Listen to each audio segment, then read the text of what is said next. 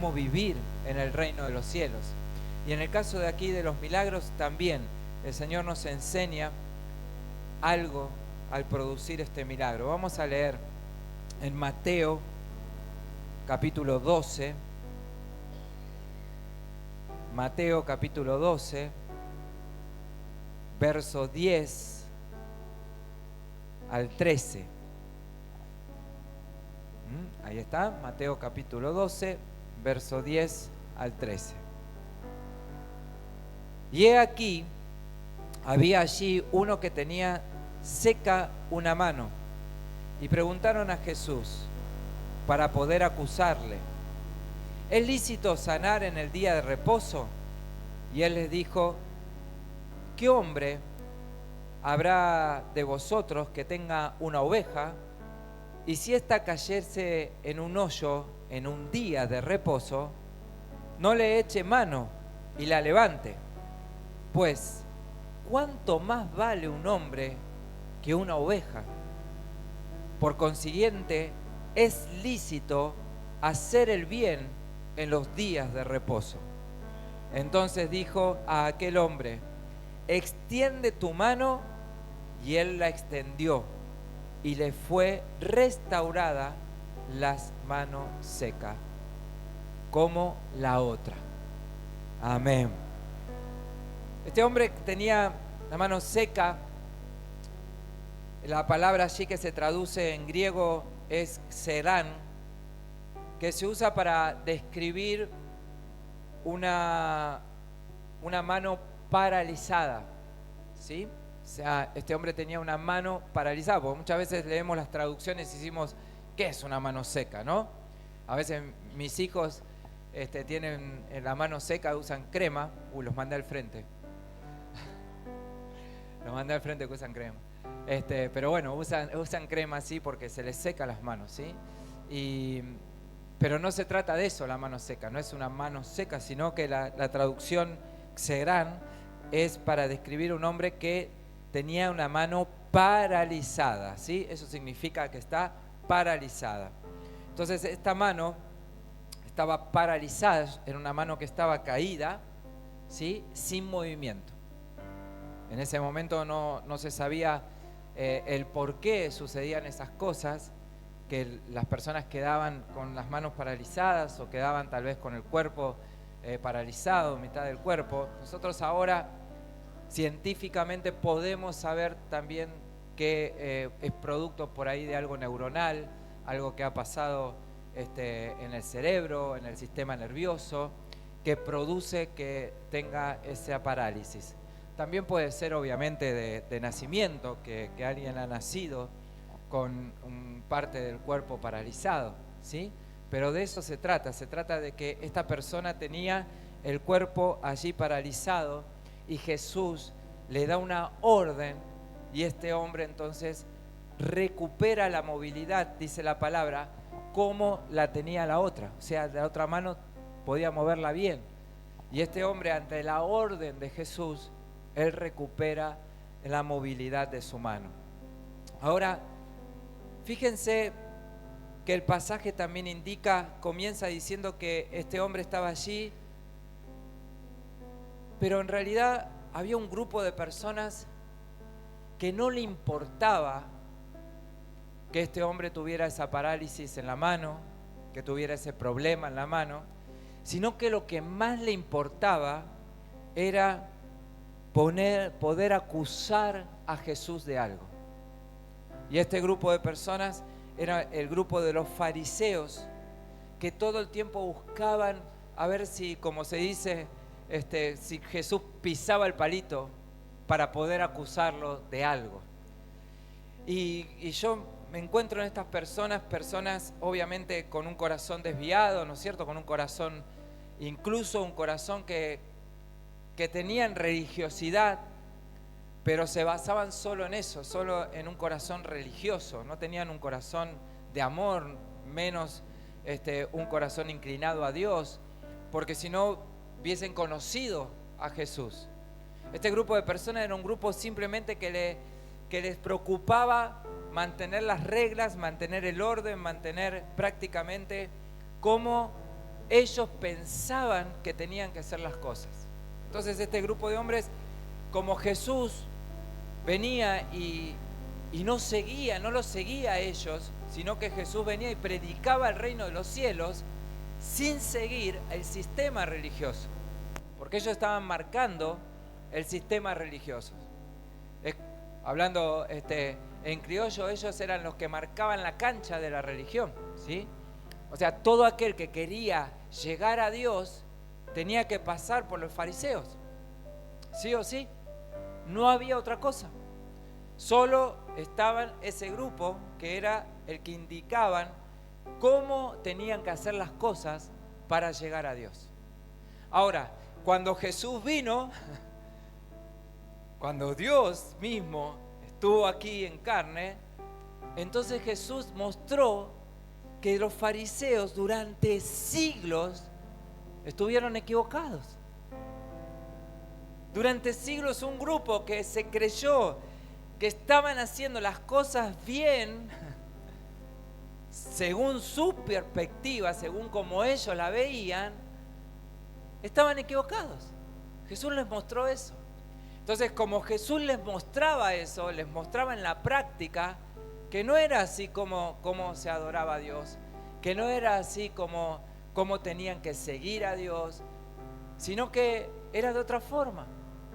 Entonces, cuando Jesús les mostraba eso, estos fariseos, estos religiosos, se ponían locos.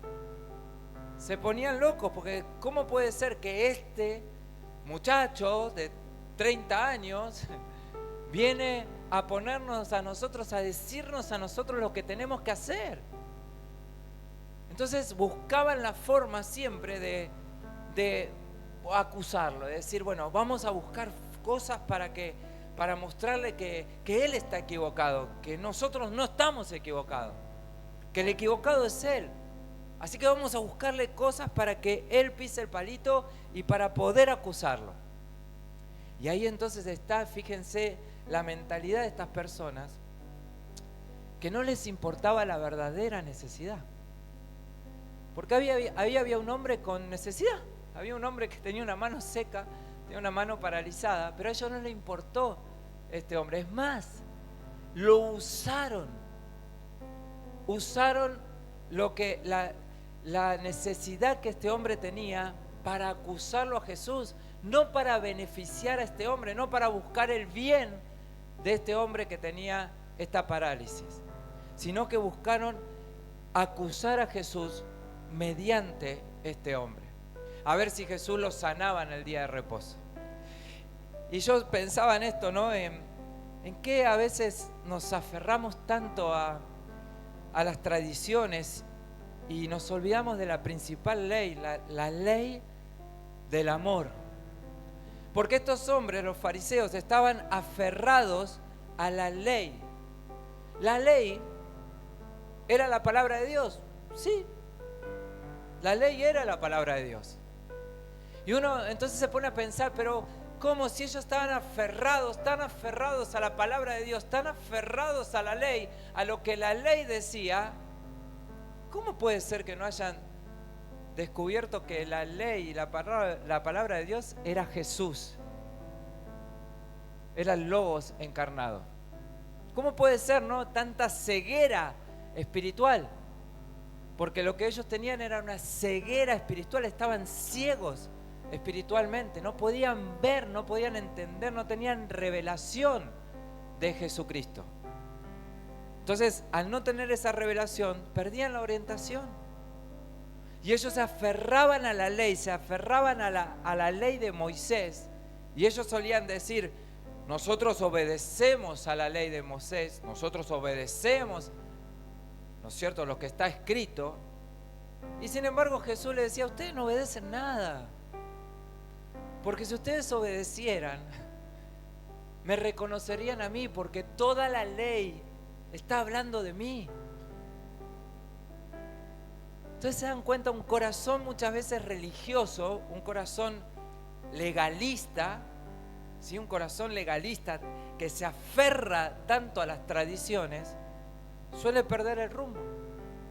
Pierde el rumbo principal, que es la ley del amor. Entonces busca simplemente las tradiciones. Y al buscar las tradiciones, se aferra tanto a eso que dice, esto tiene que ser así.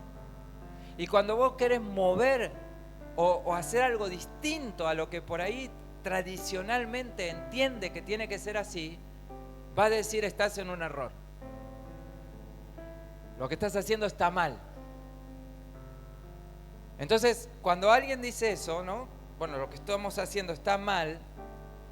Lo primero que un creyente hace, y está bien hacerlo, pero lo primero que hacemos es decir, bueno, a ver, busquemos en su palabra, busquemos en la palabra de Dios, a ver qué nos indica la palabra de Dios de hacer, ¿no? Ahora fíjense que estos hombres eran los que predicaban la palabra de Dios. Entonces, ¿cómo decirle a alguien que predica la palabra de Dios o que enseña la palabra de Dios, decirle, estás en un error?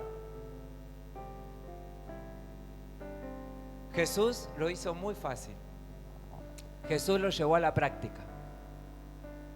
Y les dice entonces así: ¿qué hombre habrá de vosotros que tenga una oveja y si ésta cayese en un hoyo, en un día de reposo, no le echa mano y la levanta? ¿Saben por qué hizo esto Jesús? Porque conocía los corazones de los fariseos. Entonces Jesús le estaba diciendo, ¿ustedes me quieren decir a mí qué es lo que tengo que hacer? Cuando ustedes no lo hacen, ustedes mismos que son los que predican, los que enseñan la palabra, y ustedes no lo hacen. Ustedes, si yo voy a sanar a este hombre, estaría en un error, les está diciendo. Entonces, ¿ustedes creen que si yo sano a este hombre en un día de reposo, voy a estar en un error? Ahora, ustedes no hacen, cuando pierden una oveja, no la van a buscar y no se meten hasta dentro de un pozo para sacarla en un día de reposo. Porque si sos tan legalista, tan aferrado a la tradición, entonces no hagas eso. Y yo me imagino, ¿no?, el rostro de estos fariseos, porque Jesús conocía que ellos lo hacían. ¿Saben lo que hacían los fariseos? Era, echa la ley, echa la trampa. Los fariseos hacían eso. Echa la ley, echa la trampa. Entonces Jesús sabía, conocía sus acciones. Y Jesús de alguna manera les decía, a ver, ¿ustedes me quieren marcar a mí la cancha? ¿Ahora quieren que se las marque yo? ¿Qué pasa cuando ustedes pierden una oveja? ¿Qué hacen cuando pierden una oveja y en un día de reposo?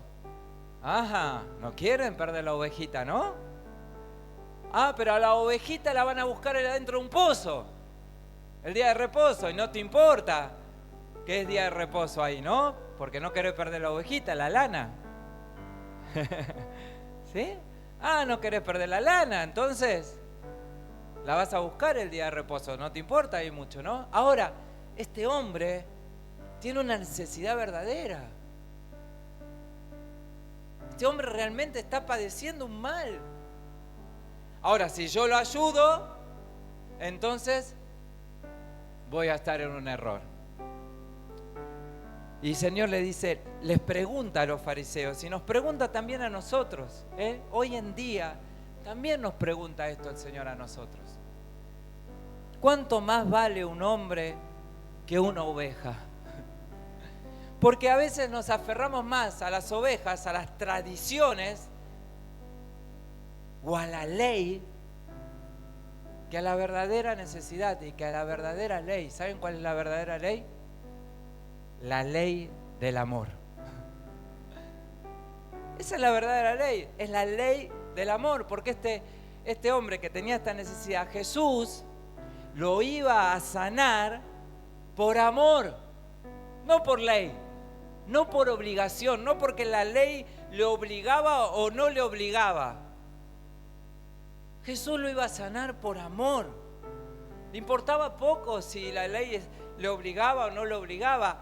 Jesús se movía ante la necesidad por el amor, simplemente por eso. Y es verdad, perdía muchas veces las buenas costumbres.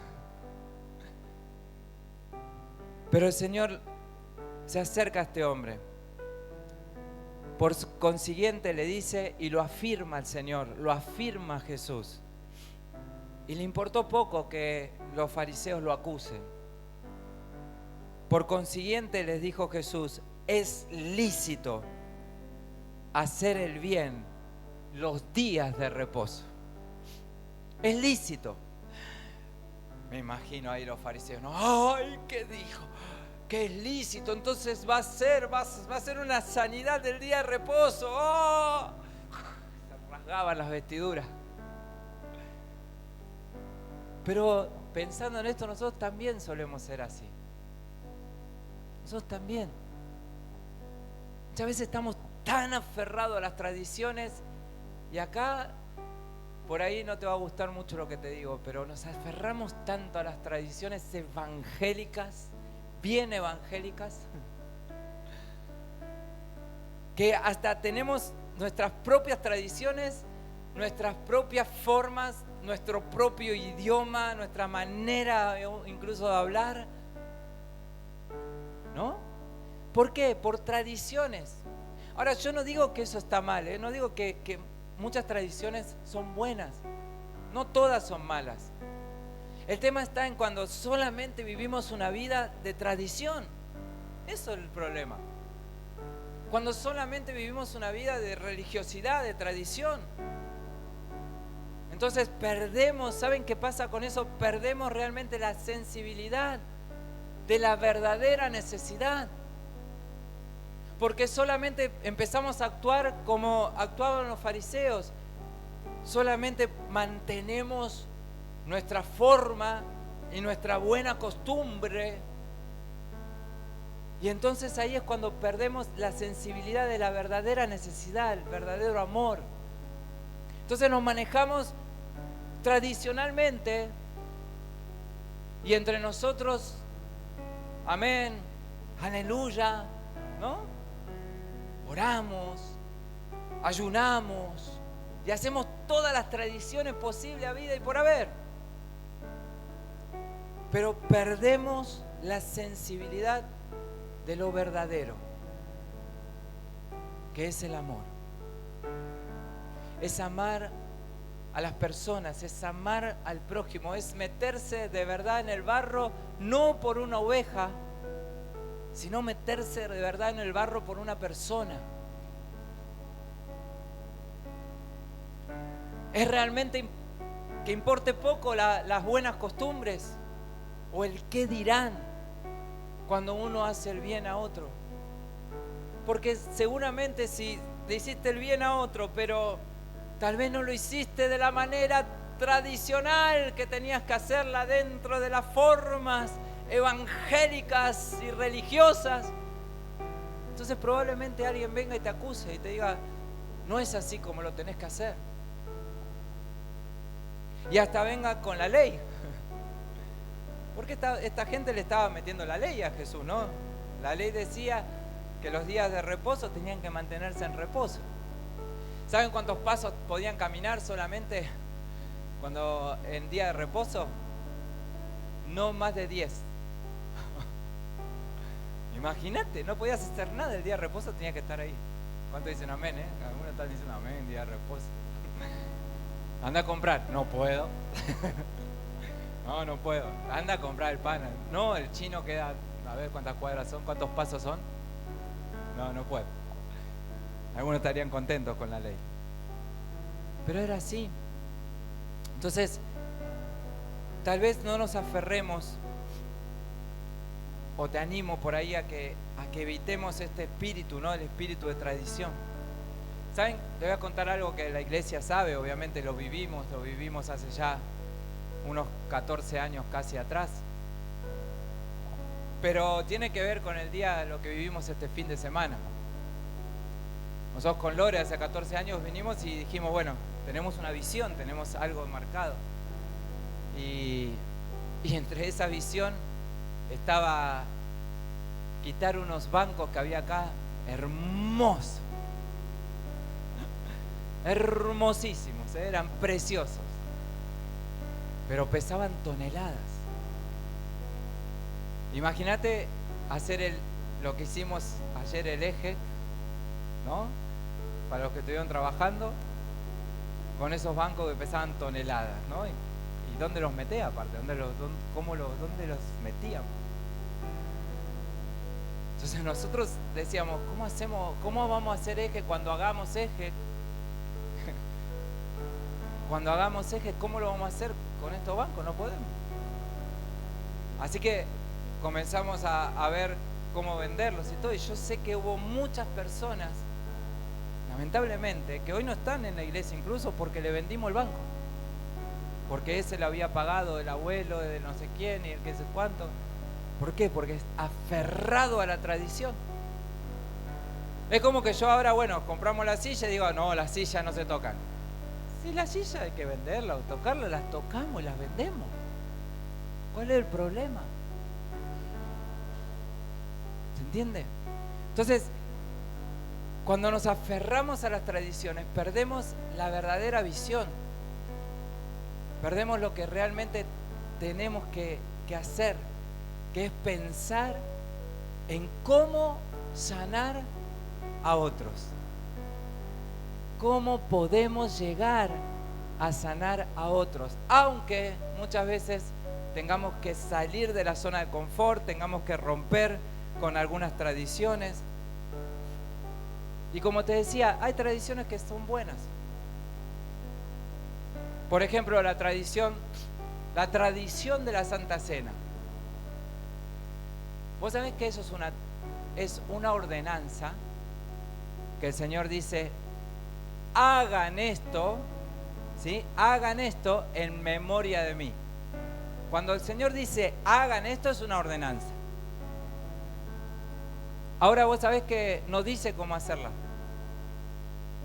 O sea, no hay una institución de, bueno, se debe hacer con tantas cosas. La otra vez, les comento esto, ¿por qué? Porque la otra vez vino una hermana y me dice, pastor, yo vi que en otra iglesia ponen una mesa entera y la llenan de frutos y la llenan de panes, estos como son los larguitos, los baguettes, ¿no? Las llenan de panes baguette y le ponen también frutos secos. Dice, acá solo tenemos la copita y el pancito. Y le digo, ¿está mal lo que hace la otra iglesia? Le digo, no está mal lo que hace la otra iglesia, tampoco está mal lo que hacemos nosotros. Es simplemente una tradición. Nosotros lo hacemos de esta manera, pero por tradición. Si algún día la tenemos que cambiar, la cambiamos, no hay problema. ¿Sí? O sea, si algún día tenemos que hacer una mesa larga y hacemos otra cosa, también lo hacemos. Pero si yo estoy aferrado a la tradición, ¿no? Entonces vengo a la persona que prepara la Santa Cena y le digo, hoy no vamos a cortar así, mira, hoy vamos a traer el pan, vamos a meter fruta, tomate, traje fruta, vamos a... No se puede hacer así. Por ahí si me dijera eso, no se puede hacer así, ¿por qué? Porque siempre lo hicimos así. ¿Se entiende? Nos aferramos muchas veces a las tradiciones. Siempre se hizo de esta manera. Siempre lo hicimos así. Igual la Santa Cena, como no dice en la Biblia cómo hacerla, ni siquiera dice quiénes la tienen que tomar. Y nosotros por tradición solamente decimos que el que está bautizado, el que ha pasado por las aguas del bautismo, puede tomarla. Pero es por tradición. Porque eso es una tradición que salió incluso en el primer siglo y no está en la Biblia. Está en un documento que se llama Didache, que es del primer siglo, de los padres de la iglesia. ¿Y por qué hicieron eso? Bueno, porque los padres de la iglesia dijeron, bueno, ¿qué hacemos con la Santa Cena? Y bueno, vamos a hacer que la tomen solo los bautizados. ¿Y por qué? Y porque viene cualquiera, la toma cualquiera, así que bueno, vamos a poner un orden en esto, un marco. ¿Está mal? No, está bien. Fíjense cuánto trascendió eso, 2000 años casi con la Biblia, casi con la palabra, pero no está en la palabra. ¿Sí? O sea, no está, es una tradición que seguimos tradicionalmente. Ahora, ¿qué pasaría si salimos de esa tradición? Y yo digo, bueno, la Santa Cena la puede tomar cualquiera. Más de uno me diría, no, pastor, eso no se puede. No se puede hacer. ¿O cómo va a ser eso, pastor? No es bíblico. Entonces ahí yo le diría, bueno, mostrámelo. Mostrámelo en la Biblia, que no es bíblico. Y entonces van a argumentar seguramente con algún pasaje, como hicieron los fariseos, con la ley, ¿no? Con algún pasaje, bueno, a ver, vamos a meter a ver, lo metemos ahí, a ver si encaja, a ver. Pero no hay. ¿Se entiende? Solamente Pablo le dice a los corintios, que era una iglesia muy desorganizada y muy descontrolada, les dice que no se descontrolen en la Santa Cena nada más. ¿Por qué? Porque los corintios iban a comer y a comer y a comer y a comer y comían y ya se desmedían, ¿no? Ya no era solamente una mesa con frutas, no, ya comían y le daban al vino también. Entonces terminaban todo ahí comiendo, una panzada se hacían y terminaban también un poco pasados de vino. Algunos me dicen también, pastor, ¿por qué no pone vino en la copa? Porque la palabra dice que tomó el vino, así que tiene que ser vino. Y nosotros lo damos con jugo de fruta porque tenemos una razón, porque creemos que por ahí las personas que salieron de la adicción del alcohol no sientan el gustito al vino para que no tentarse. Entonces, miren, viene a tomar la Santa Cena y se tienta. Después sale de la iglesia tentado, ¿no? Se le calentó el piquito y... Entonces, simplemente por eso, pero es una tradición también. Si en algún momento lo damos con vino, no se me enoje. ¿Amén? Entonces, tenemos que empezar a entender esas cosas. ¿Por qué te pongo estos ejemplos prácticos? Porque tenemos que empezar a entender que un corazón religioso, que un corazón legalista, que un corazón que va detrás de las tradiciones pierde el verdadero sentido del Evangelio. El verdadero sentido del Evangelio es el amor. Jesús amó a esta persona. Los fariseos conocían la ley, pero no conocían el amor. Los fariseos conocían la palabra, pero no conocían al hacedor de la palabra, que es Jesús. ¿Y saben cuántas veces puede pasar eso cuando tenemos un corazón religioso y legalista? No sabemos la Biblia de pe a pa, de principio a final, de Génesis a Apocalipsis. No sabemos todas. Pero no conocemos al hacedor de la palabra, al que la escribió, al que la hizo, al que la inspiró. No lo conocemos. Conocemos solo la Biblia, pero no conocemos al hacedor de la Biblia. Amén. Porque tenemos un corazón religioso.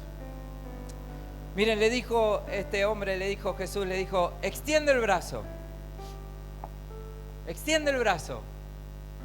Ahora yo me pregunto, dijimos que la mano seca era una parálisis, estaba paralizado, ¿no? Entonces, ¿cómo le va a decir extiende el brazo? Sin embargo, Jesús le dijo, extiende el brazo.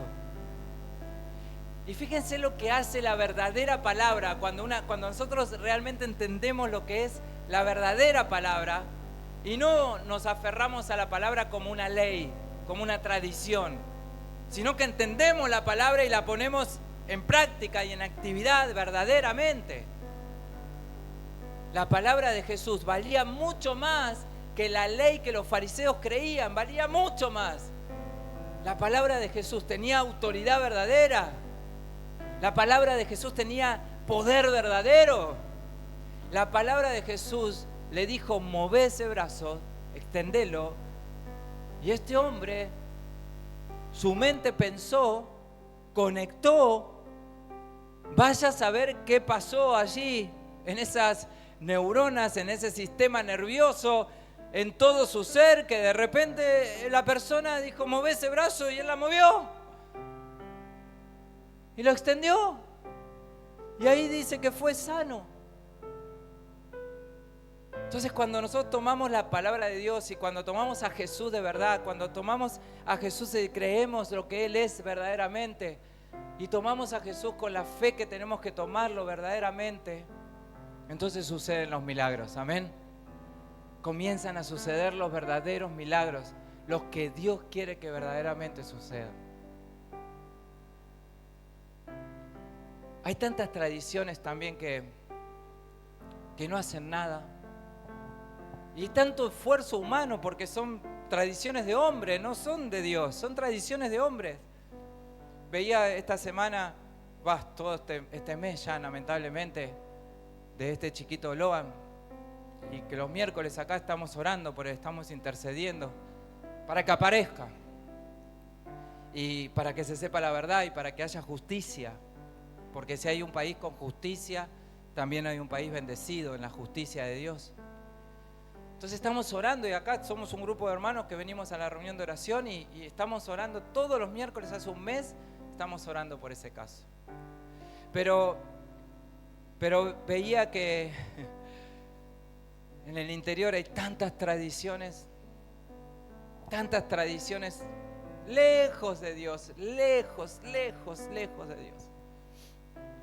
Y veíamos en ese lugar, ahí en ese lugar en 9 de julio, veíamos cómo un San La Muerte o un Gauchito Gil o una Virgen de Itatí pueden mucho más que solo Jesús.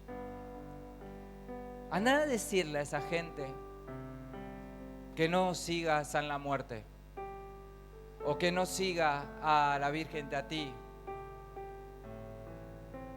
Durante años y de tradición tras tradición, de familia tras familia, fueron creyendo, y no tengo problema en decirlo porque tengo que predicar la palabra de Dios, fueron creyendo y aferrándose a una mentira.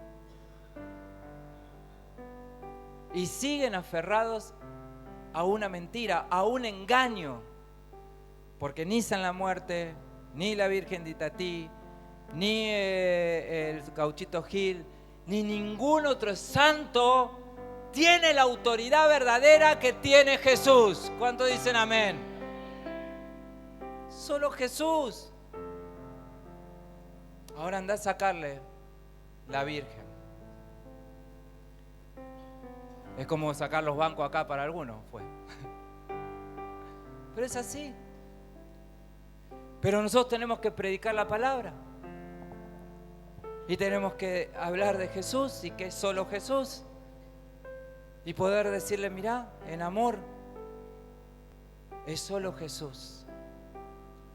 Puedes dejar las tradiciones de lado y solo poner tu fe y enfocar solo tu fe en Jesús. No pierdas el tiempo en tradiciones humanas, en mentiras de hombres, porque no llega nada, no va a pasar nada. Estos fariseos no tenían la autoridad de la palabra de Dios, aunque conocían la palabra de Dios, no tenían la autoridad. Jamás estos fariseos le podrían haber dicho a ese hombre, extende la mano. No se lo podía haber dicho, no le podría haber dicho jamás, ni se hubiesen animado tampoco. Pero Jesús tiene la autoridad, amén. ¿Cuántos dicen amén? Jesús dio palabra y da palabra hoy en día de vida eterna. Porque Él era la palabra. Miren lo que dice Juan 6:18. Le dice que Pedro contestó, Señor, ¿a quién iremos? ¿A quién iremos? Y podemos decir hoy tranquilamente, ¿a quién iremos? ¿A palabra de hombre? ¿A palabra de tradición? ¿A quién iremos? Si solamente tu palabra son palabras de vida eterna. Aferrados a un pacto antiguo. No sea cosa que nosotros, por seguir tradiciones, nos aferremos a un pacto antiguo y no sigamos el verdadero pacto, el nuevo pacto que profetizó Jeremías, entre otros profetas. Jeremías 31:31. He aquí que vienen días, dice el Señor, en los cuales haré un nuevo pacto con la casa de Israel y con la casa de Judá. Un nuevo pacto. ¿Con quiénes? Con los judíos, con los israelitas. Ahora, cuando el nuevo pacto estaba hablando de Jesús, había profecía, y ellos conocían la ley, conocían la palabra, conocían este capítulo, conocían este versículo, pero no conocieron al nuevo pacto. Estaban ciegos en sus tradiciones, ciegos y atados en su legalidad, porque no conocieron, no tuvieron revelación de lo que ellos mismos leían. Y yo quiero animarte: no leas la Biblia, no leas la palabra por tradición, ni siquiera la leas por obligación. Léela para conocer más al Dios de la palabra. ¿Cuántos dicen amén? Dale un aplauso entonces al Señor. Lee la palabra para conocer más al Dios de la palabra. Porque si esta gente hubiesen conocido al Dios de la palabra, no hubiesen terminado condenándolo finalmente. Me gustaría orar en esta noche. Te voy a invitar a que te pongas de pie.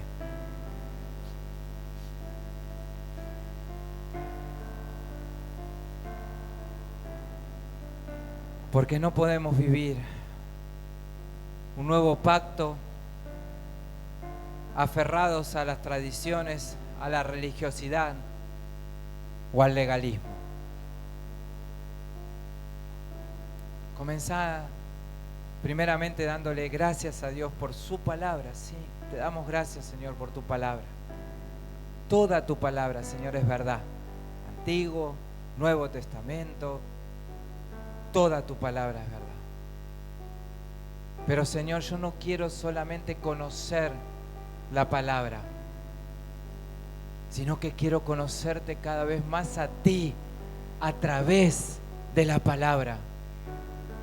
Quiero conocer las intenciones que hay detrás de cada versículo.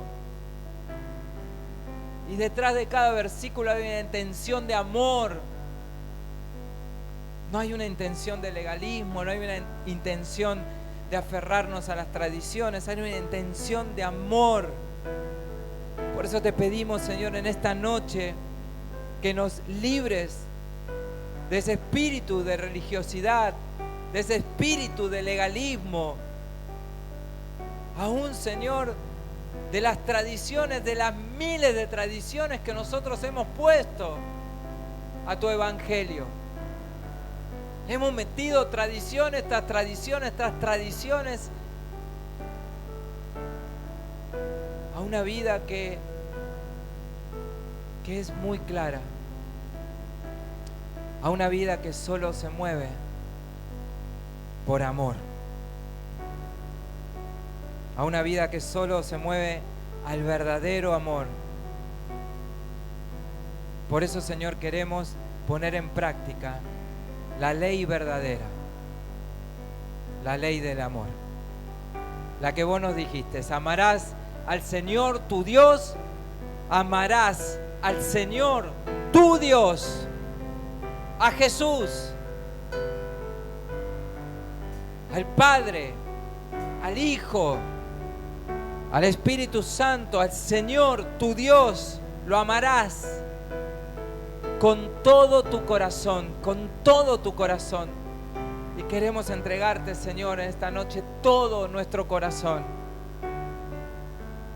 Queremos rendirnos delante de ti, Señor, y entregarte todo nuestro corazón.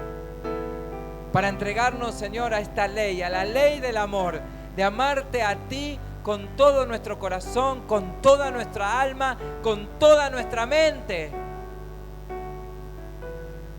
Y también amar a nuestro prójimo. No queremos amar las ovejas. Queremos amar a las personas. Aunque vos nos llamás ovejas por nuestro comportamiento y porque somos tu redil. Pero queremos amar a las personas. No como si fuesen ovejas, sino como lo que son, personas, con necesidades, con dolor, con angustia. Muchas personas con una necesidad interior, aún física. Ahí es donde queremos llegar, Señor, y ahí es donde queremos estar. Ese es el día que vos hiciste, Señor. El día de amar a las personas. No solamente el día de reposo, sino el día de amar a las personas. Y ese día es todos los días cuando ya salimos de acá, de este lugar, de esta reunión, de estas 4 paredes. Ya comenzamos ese día. El mejor día que nos puede pasar. No es un día legalista, no es un día de religiosidad, es un día para amar una vez más a las personas, a ti y a nuestro prójimo. Rendí tu corazón ahí, rendí tu corazón.